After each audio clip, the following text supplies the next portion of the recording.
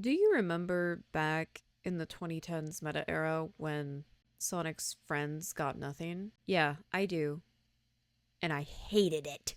I was young. I was about like maybe 10 or 11 when I started realizing this. And honestly, I had no say in it because I was an adult Sonic fan and I couldn't go on forums and yap about what I didn't like about Sonic and blah blah blah. So people who didn't like Sonic's friends decided that Sonic would be best if Sonic's friends didn't get anything. Growing up, I am very mad at y'all. But you know what? It's fine because I'm grown. I'm still a Sonic fan, and we are going to talk about Sonic's friends because I think they're amazing, and I think they complement Sonic as a character very well. They were made specifically to do that since Sonic is the driving force. So today, I'm going to talk about some of Sonic's friends and their relationship to Sonic, and why their dynamic with Sonic is very important to the storytelling of Sonic.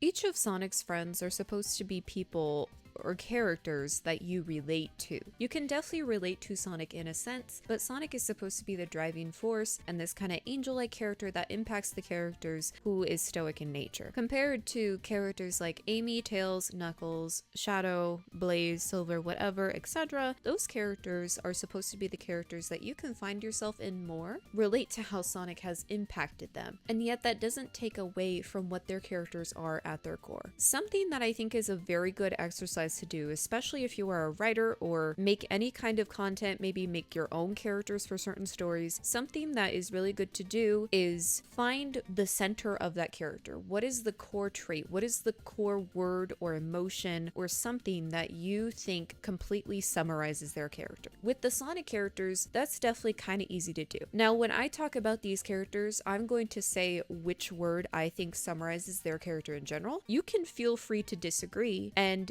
go ahead and put what you think in the comments if you disagree and elaborate on it, because I would like to see what other people say. So again, it's a good exercise in general for writing and understanding a character. One key word that you think summarizes their character. So of course, we're going to start with Amy. Amy was Sonic's first friend. And I don't know if a lot of people actually know that, but I think chronologically Sonic CD comes before, it comes before Sonic 2. I don't know if it necessarily comes before Sonic 1. I don't think it does. I think Sonic 1 and then Sonic CD and blah blah blah. So I don't know, but I think it's pretty much confirmed that Amy is Sonic's first friend. And I think that's very interesting in retrospect because Amy is definitely the heart of the group and she adds a lot of soul to the cast and especially to Sonic's journey in general. Amy is one of those girls where she loves the adventure. She loves the aspect of fated relationships, fated love, and especially because that translated into her tarot card readings, and that's exactly how she met Sonic. When we talk about her connection to Sonic, I think what people tend to forget is her origin story and why that matters so much when we talk about Amy's love for Sonic. That is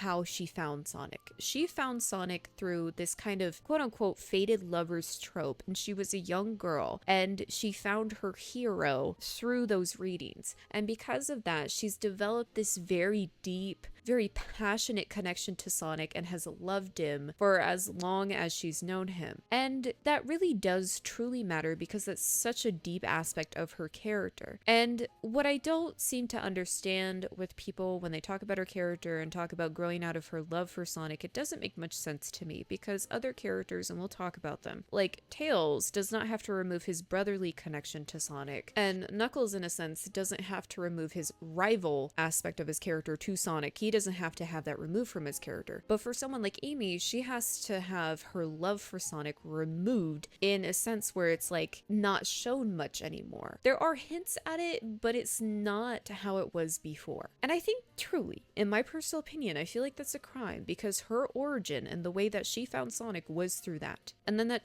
it's also a translation into it's also how the other characters did too, and those key aspects of how they found Sonic and their connection with him don't have to be removed, but hers has to, which is a little odd in my opinion. But anyway, I'm gonna stop rambling about that because you know I love Amy a lot and her character, so you guys know that. So we're moving on. I think it's very poetic in a way that Amy was Sonic's first friend because she is the heart of the group. You have to have the heart in order to function and just keep everybody together, them all glued together. And I think it's amazing that Amy becomes the first because she's just so centric to everybody, because technically she is the female Sonic, which would make sense. So Sonic inspires people through him being a free spirit. Amy inspires through her love and her passion. It just makes sense to me. It's just very poetic. So as you guys can already tell, because I made it so obvious, the one word that I use to summarize Amy's character in general is love, just because it makes a lot of sense. In the aspect of Tails, we have this character who was bullied for his two tails and probably most likely had a very huge self-identity issue. Coming across something like Sonic is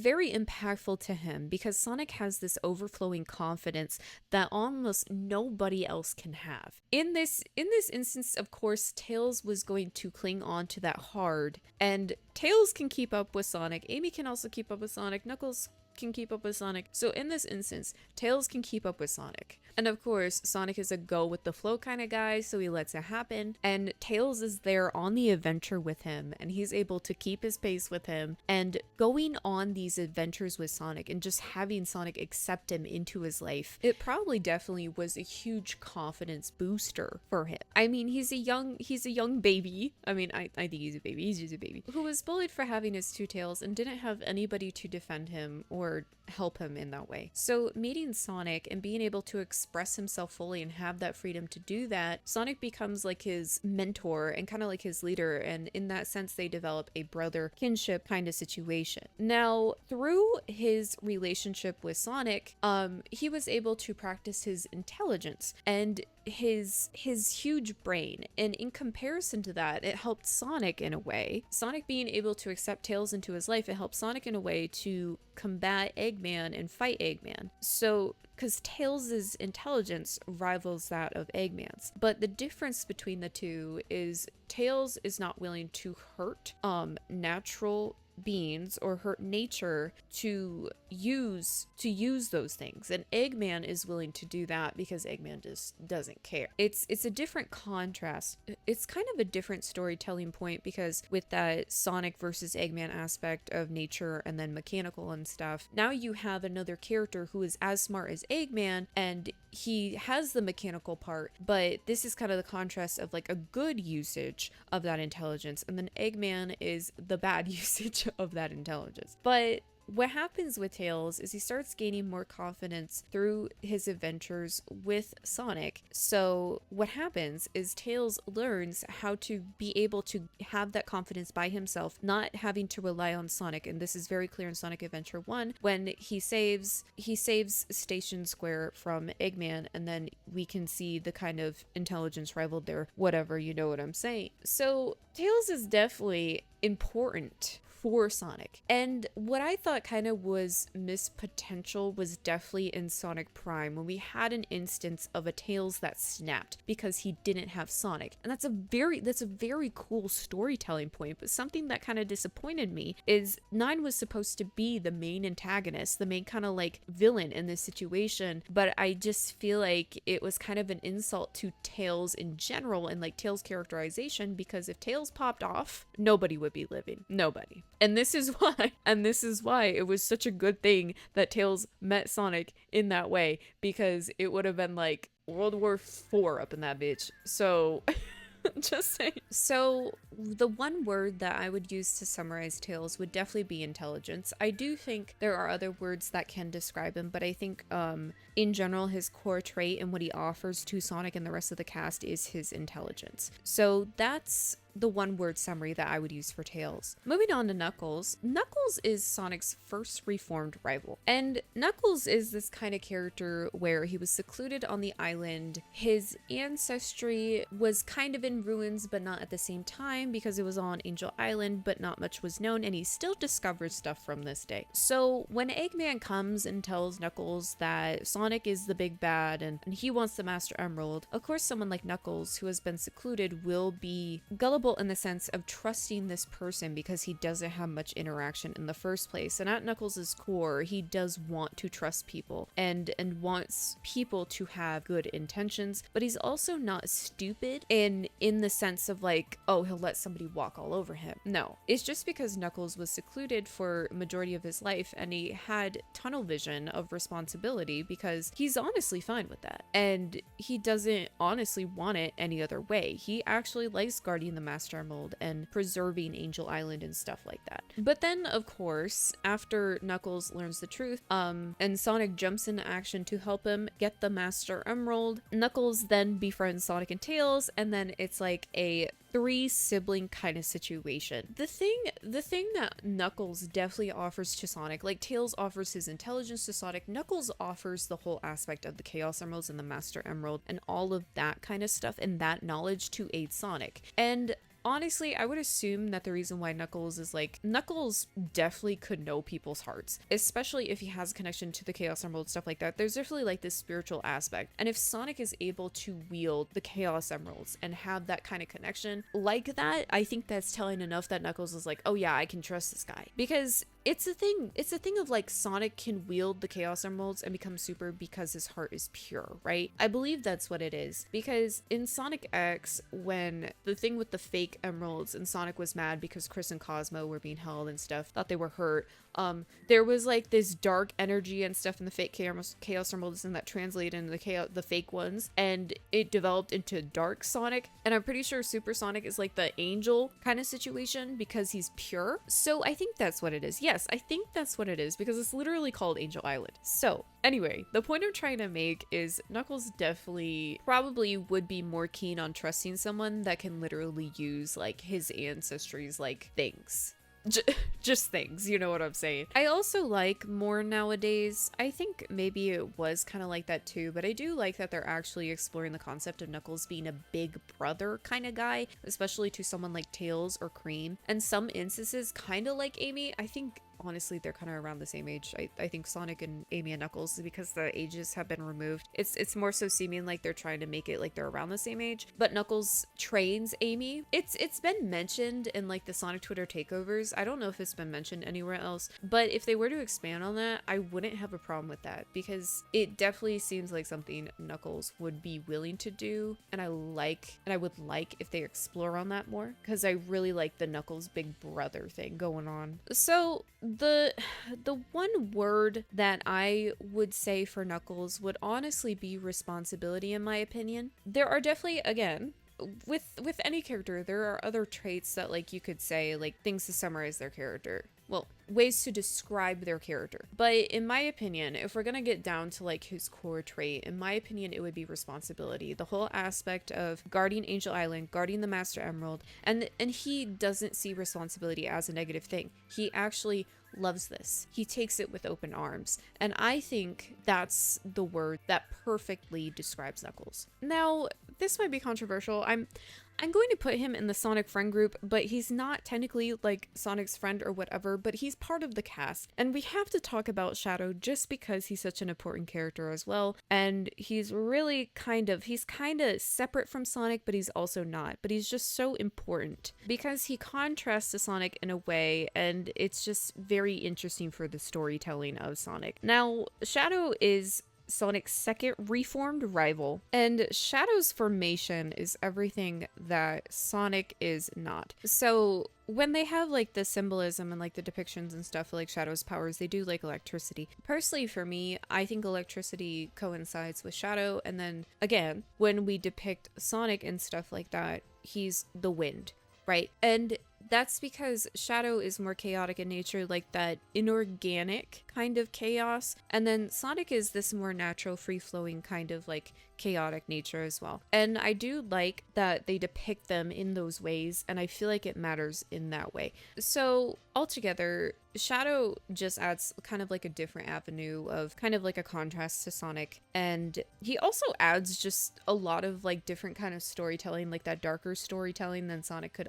Sonic can do dark storytelling, but something of like an inorganic Sonic, a darker kind of Sonic, kind of adds more to the storytelling. Even though Shadow has become his own character over time, I think that was always the goal. It just definitely opened up new avenues for storytelling, because we get situations like Black Doom, which technically Black Doom would kind of be like Shadow's Eggman, which is very interesting. Maybe they'll keep it that way. I don't know if they're going to keep it that way.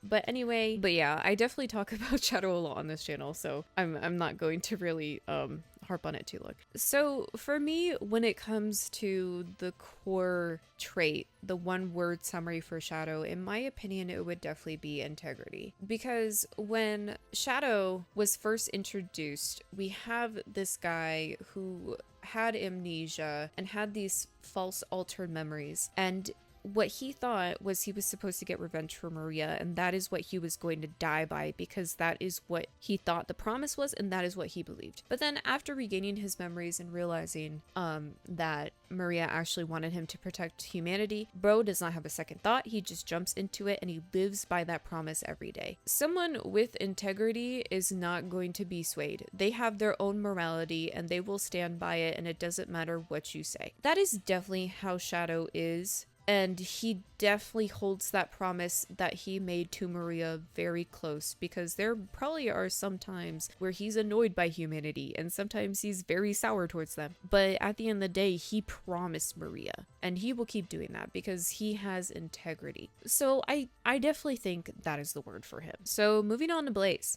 Blaze is a really fun character. And I'm really sad because I just feel like we don't get a lot for her, and she's just very underrated in the sense of how Sega treats her. She's not underrated in the fandom, but with the way that Sega involves her and stuff. So from what we know, Blaze was bullied because of her fire powers, which is really bullshit, because what do you want to be friends with somebody? Whatever, it doesn't matter, because the people bully for shitty reasons. Anyway, Blaze is this kind of person who rules the soul dimension, well, her kingdom, and she's the princess. And what happened was, because of her being bullied in that situation and then her responsibility as a princess, she learned how to be very hyper independent. And we don't get any like backstory about like her parents. Kind of same with like Tales and stuff like that. We don't really get backstory for parents. We don't get backstory for parents with these characters, which honestly, in my opinion, I think Blaze would be one of those characters where they should explore parents, just because it's a whole different dimension and she's a princess and stuff like that. I just feel like it would be cool. But either way, she develops this hyper independence because of her responsibility as a princess, and all throughout her life she's been bullied. So she's like, well, then what is the point? I need to learn how to do everything by myself because I cannot rely on others. So in Sonic Rush, when she meets Sonic, because opposite Eggman, their dimensions like kind of like collide together, right? Because of the soul emeralds and stuff. I'm sorry, I haven't played Sonic Rush because I have no way to do it, but I want to. I want to really bad. That's like first on my priority list when I play Sonic games. Anyway, regardless, she rejects Sonic's help and the help of Sonic's friends. Cream is kind of like the one to get her to warm up, but she rejects it because she believes she should do it by herself because that's all she's ever known. But then we see what kind of happens is Sonic doesn't give up on that kind of shit because he has his own Eggman, and he doesn't give up on like trying to interact with her and stuff. He's very intrigued by her. But what ends up happening is Blaze's heart kind of softens and she learns that she can actually trust her friends sometimes. And that's definitely thanks to Cream and Amy a lot. And she understands that Sonic's intentions are pure, and so because of this, they are able to correct all that shit. And then the opposite Eggman gets sent back, and then Eggman also gets defeated. So what happens is Blaze becomes part of the friend group, and then she doesn't want to let go of this, which is really sad. When she's sent back to her dimension, there's like this solemnness because she's trying to hold on to Sonic, and it's really sad. But we also know at the end of the day, she ends up meeting Sonic and friends again, and everything's all fine and dandy. And she's able to become a better ruler because of her friendships with them. And it sucks because Blaze could offer so much to the cast, but because we aren't allowed to explore the soul dimension, it really sucks because then we also have like a Tails counterpart, which is Marine, and that really sucks because I would like to explore Marine more, but then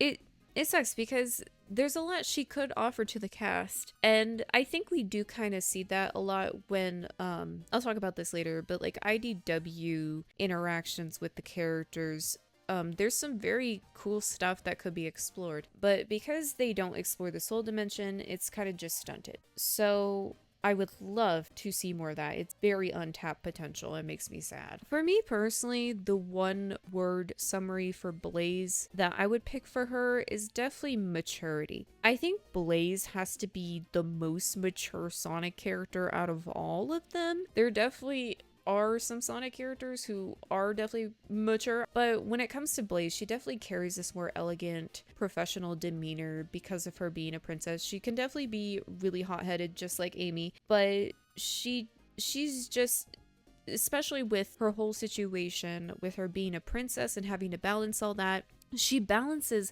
a lot more than a lot of people think about. And especially being the protector of the Soul Emeralds, as well as being the princess and being an alternate dimension Sonic, it's like those responsibilities are split between other characters in Sonic's dimension, but they aren't for her. So in my opinion, I think maturity would be the word for her. Now, moving on to Silver. Silver is kind of just like Sonic in a sense. Sonic keeps moving and he doesn't really have crazy motivations. It's just wherever the wind takes him. Which is kind of what it is. But Silver is kind of like Sonic in the same way, because he always has a mission, but it's more so about saving his future. He's a protector in a sense, just like Shadow and Sonic are. Shadow is a protector in the certain way of promising Maria for humanity. Sonic is a protector just because he goes with the flow and, well, protects nature in a sense. And then Silver is a protector for the timeline. And when Silver first meets Sonic, he thinks Sonic is the enemy. And Silver is very headstrong, and he is very he's a very tunnel vision kind of dude. He is going to get the job done. And that was of course very prominent in 06 because he was definitely ready to kill Sonic. But of course, later on, whatever, he realizes the truth and he understands, and then he's able to help Sonic and come to his aid and finally save his ruined future. Silver adds a lot to help Sonic because he is the future version of Sonic and he's the protector of the timeline. So Silver is definitely, oh my gosh, Silver is definitely working overtime. And I think, again, especially with Blaze and Silver's relationship and dynamic, it would have been fun if it would have been elaborated more that maybe the reason why they bonded so much is because Blaze has to toggle so much responsibility and stuff as a princess, protector of the Soul Emeralds, whatever, and he has to protect the future timeline. It would have been something where they definitely could have bonded over that more, and it's not very explored, and I wish it was, and that would explain why they are so close as friends, but maybe Sega will do it. I don't know. But Silver has experienced the worst, so he has the knowledge of what it could be. And either way, though, that doesn't stop him from still trying, and he's not jaded. And that's a very interesting aspect of him that I think could be touched on if we ever get a Silver game. That would be very nice. But yeah, either way, I think a one-word summary for Silver's character would definitely be determination, and I don't even think I really need to elaborate on that. So yes, determination is my word for Silver. Now, though, moving on from specific characters and their relationship and how they color off of Sonic, I kind of want to talk about a few relationships with not Sonic. I want to talk about a few kind of like dynamics with the characters apart from Sonic. And one that I constantly think about a lot is definitely Shadow and Amy. And I think I have talked about this before in my Amy video, but Amy was the one to give Shadow that jump start into regaining his memories. And it's a really nice situation because Amy technically redeems Shadow. I mean, Shadow did his own redemption by destroying the Bio Lizard and sacrificing himself. That sacrifice is very important. But definitely Shadow has a soft spot for Amy, and I don't think it's wrong to think it's because of that. When you look across like voice lines in the games and stuff, Shadow is very delicate to Amy, and he definitely has a lot of respect for her, and I think it all definitely ties back to that. And I would like to definitely see more of that kind of situation and that dynamic explored upon more in the game sometimes. Another interesting dynamic that is not that isn't explored on, and it's only explored once, and I really like this, is in IDW, Knuckles and Blaze have a conversation, and I haven't read this one, but it's in the Sonic Annual 2022, and it's in that story, and technically what happens is Blaze, I don't know how, Blaze goes to Sonic's world for advice because in her dimension the pirate crew or whatever, they're not there anymore, like they're gone. So she protects the soul emeralds, but she doesn't have a situation where she has like these enemies that she's laser focused on anymore. So she's kind of feeling a bit kind of empty, and she's kind of questioning, well, like, what do I do now? Because all I've done is I put my energy into protecting in this responsibility. So she ends up going to Sonic's world for advice, which is very mature of her to do, to admit that she needs some advice and guidance. And she ends up actually meeting Knuckles, and Knuckles talks about his responsibility with the Master Emerald and how he relates to her, which they're both protectors. And Knuckles technically tells her to take a break. And she takes that very seriously, and they have a really nice heart-to-heart because they relate to each other. And it makes me so sad that we can't see Knuckles and Blaze more, because I feel like that shared kind of common ground is just so sweet. And I just thought it was very interesting. And I don't know who wrote Sonic Annual 2022 whatever, but they're a really good writer, and they were cooking. A Blaze and Knuckles dynamic is really cool. It's really cool. I think another dynamic, especially that's kind of just been definitely overlooked, is definitely the dynamic between Amy and Cream. And they're definitely like Tails and Sonic, like, so a big sister, big brother, little brother. Cream definitely already kind of had her confidence in a way, apart from Tails, who didn't really have as much confidence, but Cream kind of came out the gate with confidence. But I think that's fine, because Amy definitely has this kind of like unwavering confidence as well. So in their situation, it's more so like their sistership is very much founded on like a love aspect, just a caring aspect. We don't really get the kind of thing of like, oh, do they learn stuff from each other? But we kind of do get that in IDW. And see, again, there's a lot of good stuff about IDW. There's like this certain like there's a certain dialogue between Cream and Amy of how Cream says that Amy really inspires her, and Amy says, you inspire me too, and stuff like that. And it's so nice. There's so many good things about IDW, because you get these characters that don't really talk to each other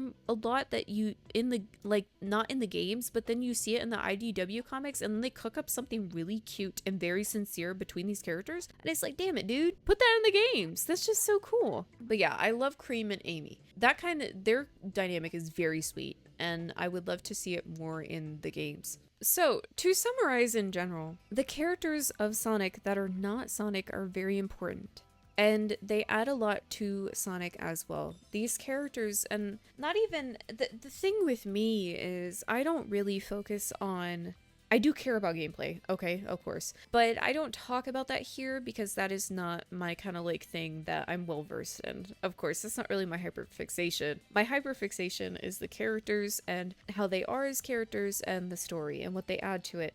And that really matters to me. And the writing aspect of Sonic is very up and down, but there's just such good substance there. There's just such good substance there, and it kind of hurts me that a lot of these characters get put in the back burner, and especially during the meta era, which sucked, because even as a kid, I could tell that it was very painful.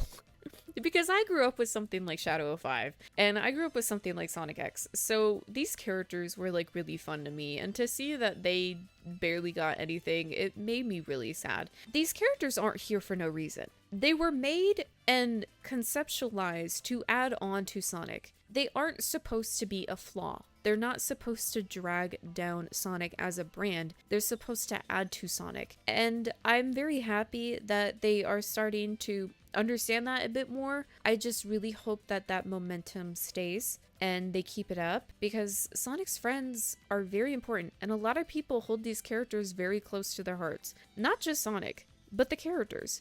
And that's because Sega did a very good job introducing the characters. These are cool ass characters. They're so cool. Blaze is so cool. Amy's super freaking cool. So is Cream. I'm glad to see Cream in Cross Worlds again. That makes me very happy, and I'm very happy that Blaze and Silver are there too. But yeah, I just hope it's here to stay. Anyway, anything that anyone wants to add, go ahead and do it in the comments. Maybe some certain characters that I didn't talk about that you could like talk about in the comments about what they add to Sonic, I could talk about all of them. I literally could, but I can't make a 3-hour video. My MacBook just can't handle it. So anyway, to anyone watching, I hope you have a good day and have a good night. Bye bye.